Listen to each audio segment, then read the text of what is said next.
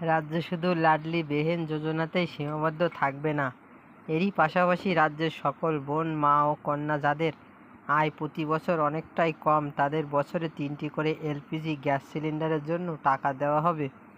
দারুণ সুখবর এই রাজ্যের বাসিন্দাদের জন্য।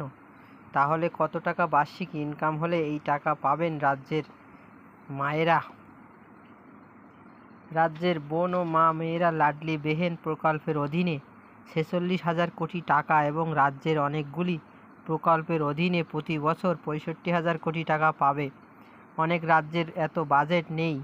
আসলে এই রাজ্যের সকল নারীদের ক্ষমতায়ন ও আত্মনির্ভরশীল করা, যাতে তারা আত্মবিশ্বাসী হতে পারেন এবং কারোর উপর নির্ভর না করতে হয়। মুখ্যমন্ত্রী মাঝি লাডলি বেহেন প্রকল্প ঘোষণা করা হয়েছে সম্প্রতি, যার অধীনে 21 থেকে 60 বছর বয়সী সমস্ত মহিলাদের প্রতি মাসে 1500 টাকা দেওয়া হবে। সমস্ত সুবিধাভোগীরা জুলাই থেকে সুবিধা পেয়ে থাকবেন।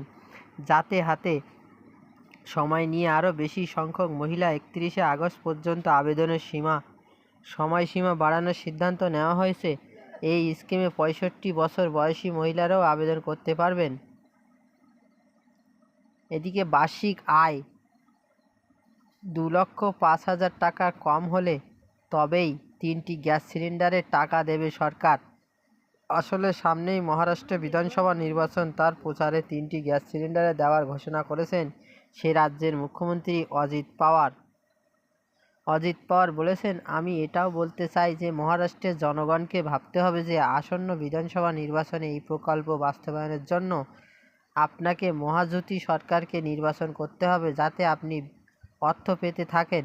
অন্য কোনো দলকে বিশ্বাস না করার অনুরোধ করছি, কারণ তারা এসে মিথ্যা আশ্বাস দেবে, অর্থাৎ পশ্চিমবঙ্গ এই স্কিমের কোনো অস্তিত্ব আপাতত নেই। ক্যামেরায় রফিকুজ্জামান, RM নিউজ।